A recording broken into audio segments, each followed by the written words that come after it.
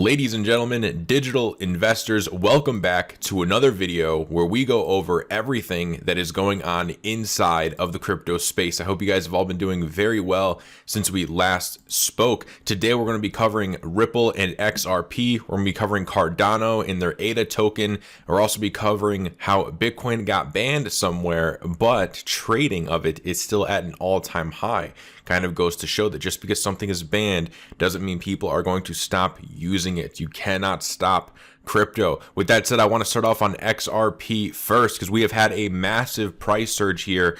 Just this morning, XRP went all the way up, again, depending on which exchange you're looking at. But when I glanced at it, went all the way up to about 78 cents. So we had a pretty big pump. And we also have some good news that have been coming out over the past few days. So one of those articles of good news is crypto exchanges can safely list XRP, reportedly implies SEC's lawyer. So as you guys know, there are many exchanges, right? Coinbase, Binance, and a handful of others that decided to halt the trading of XRP. So SEC lawyers have indirectly stated that cryptocurrency exchanges are not violating any guidelines by allowing Ripple's XRP on their platforms. This is according to attorney Jeremy Hogan. Make sure you guys go and check him out. And also, if you enjoy videos like this, you enjoy crypto updates, do me a favor, tap the like button. It helps a ton for the YouTube algorithm, and I really appreciate all the support that you guys choose to give. So we have Judge Sarah Netburn made a remark to the SEC's attorney that based upon his theory, everyone who sold XRP has consequently sold illegal securities by extension.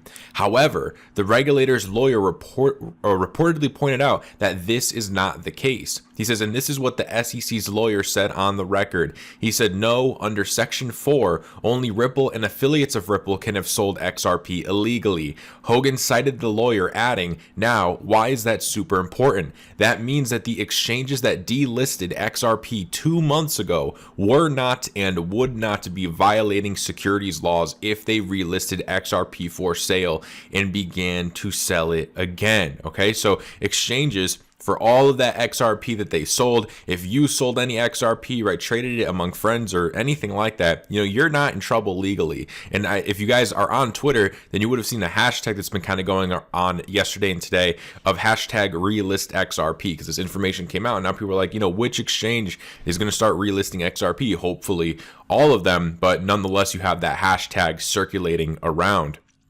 Now, we have Coinbase, Crypto.com, eToro, and others suspended the trading of XRP or outright delisted it. Additionally, digital asset investment giant Grayscale dissolved its XRP trust amid legal woes. However, these companies might have acted too hastily, according to Hogan. He says, I wonder if there are perhaps a slew of no action letter requests coming or already received by the SEC, and if so, I wonder if we will see XRP for sale in the US once again. I hope so. So pretty insane, guys. I mean, obviously we're not seeing relistings yet, right? No one has came out and said at the time of recording, when I'm recording this, because sometimes you guys see the video a couple hours after I record. So as of this recording, I haven't seen any exchanges that have said that they could relist it, but they can't be held legally liable for selling a security, right? If XRP is deemed a security, the exchanges won't be held liable. There's, they're not going to be in any trouble. The only people who can sell XRP illegally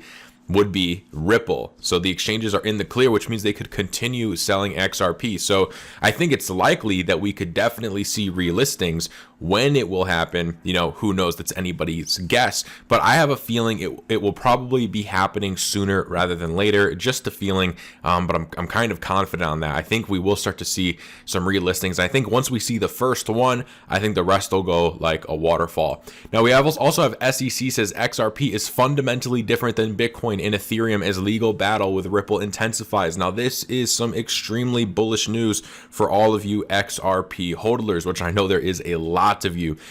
So we have Judge Sarah Netburn, the presiding official in the case, attempts to clarify the difference between XRP and the first and second largest crypto asset. They say my understanding of XRP is that not only does it have a currency value, but it also has a utility, and that utility distinguishes it from Bitcoin and Ether. Ripple's general counsel replies that while XRP's utility is different from that of Ether and Bitcoin, it does in fact have a use case. They say Bitcoin and Ether also have utility. Bitcoin does have use cases that it has developed. So does Ether. They have smart contracts, for example, that can be done over the Ethereum blockchain. XRP also has developed a number of use cases, and these started very early in the process, which is why it's so baffling that the SEC has charged this long-running scheme from 2013 to the present, because XRP has a product called on-demand liquidity that is used to assist financial institutions in having seamless and less costly transactions in key corridors.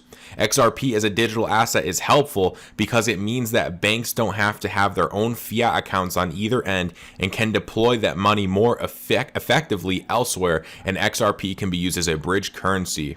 And probably out of all of that, the main thing to keep in your mind is this quote right here. My understanding of XRP is that not only does it have a currency value, but it also has a utility, and that utility distinguishes it from Bitcoin and Ethereum. That is some insane stuff. Again, we are seeing the good news pile on for XRP, and it would seem as though we are seeing that relayed inside of the price action, right? Getting up to that 78-cent region. I think as of right now, we're sitting just under about 50 cents.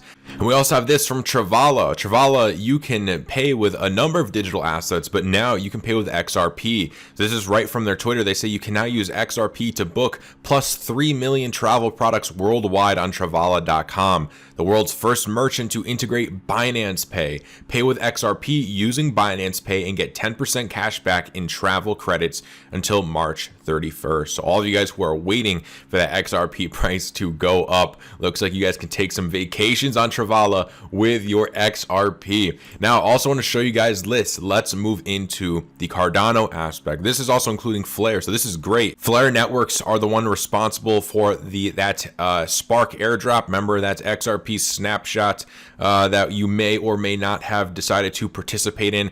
Well, as you guys know, they have since integrated Litecoin. They've integrated Dogecoin. I think they might have integrated one other coin, but I just can't think of it off the top of my head. But now Flare Networks considers integrating Cardano's ADA token. Flare Networks team asked its community whether they should integrate Cardano's ADA as an F asset.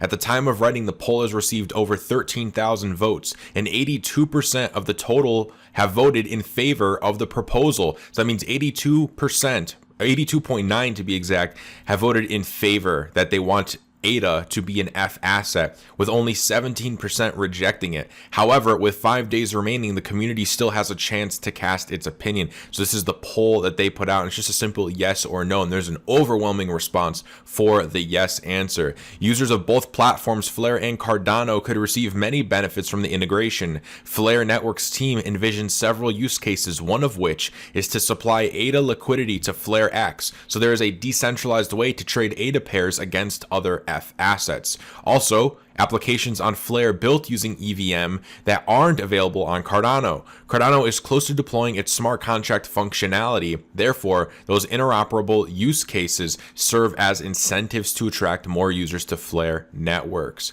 Now, I think this is absolutely amazing. I think the more F assets and the more projects that team up with Flare, the bigger we build the ecosystem. There's going to be probably a ton of activity on this ecosystem, because not only do you have the XRP community, they have the Litecoin community, the Dogecoin community. Now they're possibly getting the Cardano and ADA community, which is a huge community full of some great people. So I'm personally very, very excited for this.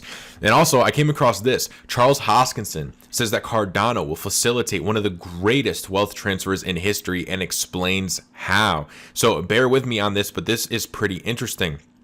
So this was in a video. That all of what I'm about to say is from Charles Hoskinson. I will know that Cardano has truly made a difference if I can have a direct relationship with someone somewhere in the world who is not doing so well, and I can actually give them, not as a gift, not as a charity, but a loan to them, and they pay me back, and I can do that again and again and again, and I win more than I lose. That to me would mean success for Cardano. Charles Hoskinson explains that a number of factors must come together before Cardano can facilitate microloans to people all over the world in need of capital. He says so much has to happen for us to get to that moment. You have to build an identity system. We have to make sure that metadata system is where it needs to go. There's needs to be a proper payment system that can work in all places, including these areas with intermittent internet. With identity, you have to have reputation. You have to have social structures formed. You have to be able to give them an asset in that jurisdiction they live that they can spend as if it was the local currency. So stable coins have to form. Then you have to actually get paid back and be able to profit from that, make it a recurring circle. If that is possible, everything is possible. And because the interest rates could be higher than what we see in the negative interest rate world and what we see in America, corporations will use this mechanism as a treasury management function, either directly or through structured financial products. What does that mean? That alone means we will witness one of the greatest wealth transfers in human history, from the developed rich world to the developing not so rich world, not because of charity, but because it makes business common sense. The cost of running a business in Ethiopia is 10 to 50 times less than the cost of running a business in San Francisco. And it doesn't necessarily equate to 10 to 50 times less profit.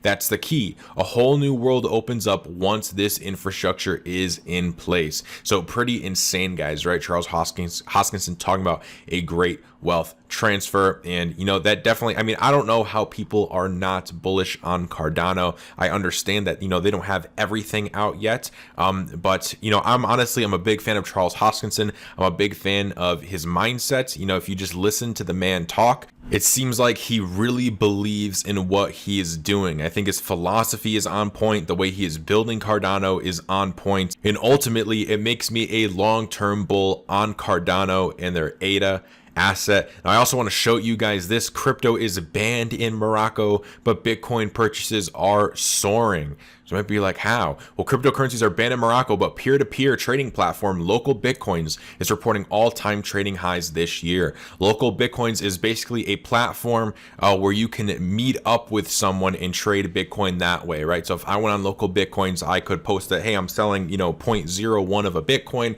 and I could meet up with someone and they would, probably give me cash or something like that.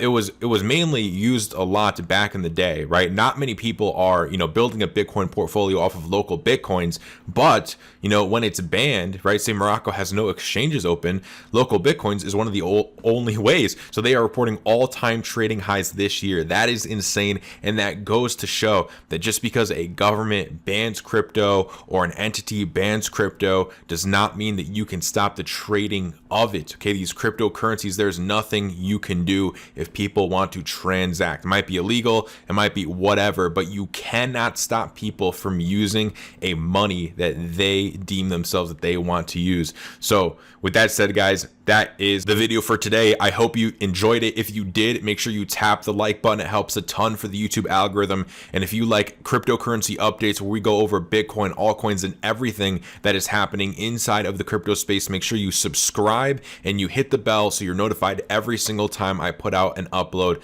just like this. Hope you guys all have a great day, and I will see you all on the next video.